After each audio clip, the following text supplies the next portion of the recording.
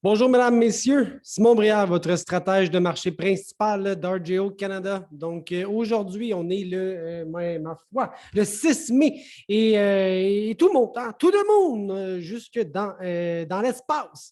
On va commencer jeudi matin, exportation. Je regarde le blé, des réductions d'anciennes récoltes.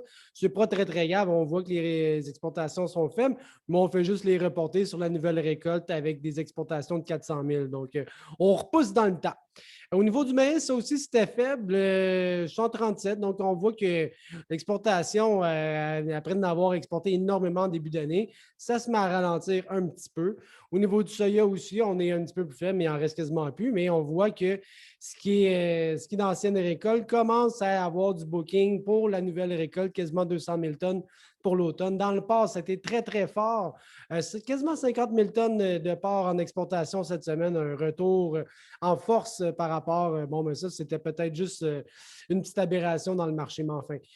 L'inox, justement, au niveau de l'abattage à chaque semaine, on tourne entre 2,4 à 2,5 millions de porcs abattus par semaine. On est sur un plateau, je vous dirais, depuis à peu près un mois et demi, aux alentours de 2,4, 2,5. Le poids des bêtes aussi, relativement élevé à quasiment 217 livres carcasse. Donc, ça aussi, ça fait 2 mois qu'on est au même niveau.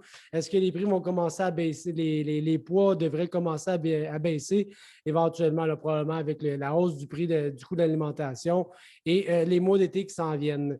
Le prix cash, l'indice des prix au comptant, on est quasiment 1,8 bientôt 1,8 au niveau du port. On est de loin les prix les plus élevés depuis des années.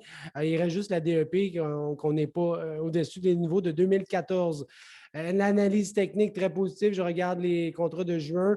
D'un marché aussi, on a un gap ici, on fait un nouveau haut. Les moyennes mobiles, le MACD, donc c'est des tendances assez haussières.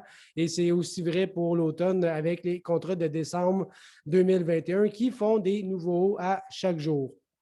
En dollars canadiens de 100 kilos à l'indice, ça me donne du 285 pour cet été et ça me donne 206. On est en haut de 200 pour le port à l'automne sur les références de décembre du 100 kilos à l'indice. Brésil, où ça se met à griller un petit peu, ça manque beaucoup d'eau au Brésil. Donc, ce qu'on appelle la deuxième récolte, là, le safrina, est est un petit peu sad, elle est un petit peu triste. On va l'appeler sadfrina. Des jeux de mots, hein, on s'amuse. On voit ici que et ça ne va pas s'améliorer dans les prochaines semaines parce que je regarde du 5 au 11 mai, il n'y a pas d'eau. Du 12 au 18 mai, il y a très peu d'eau. Donc, c'est une des raisons pourquoi la bourse, au niveau des graines du maïs, mais à chaque jour que les cartes nous donnent pas de précipitation, ben à chaque jour, le marché réagit en conséquence. OK?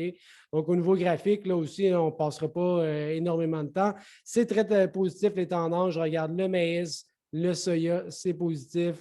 Le blé aussi, c'est positif, quoiqu'il y a un peu d'hésitation depuis une semaine, mais somme toute, les marchés sont en tendance extrêmement positive, bullish. Alors voilà pour aujourd'hui, on se reparle bientôt. Bonne fin de journée. Au revoir.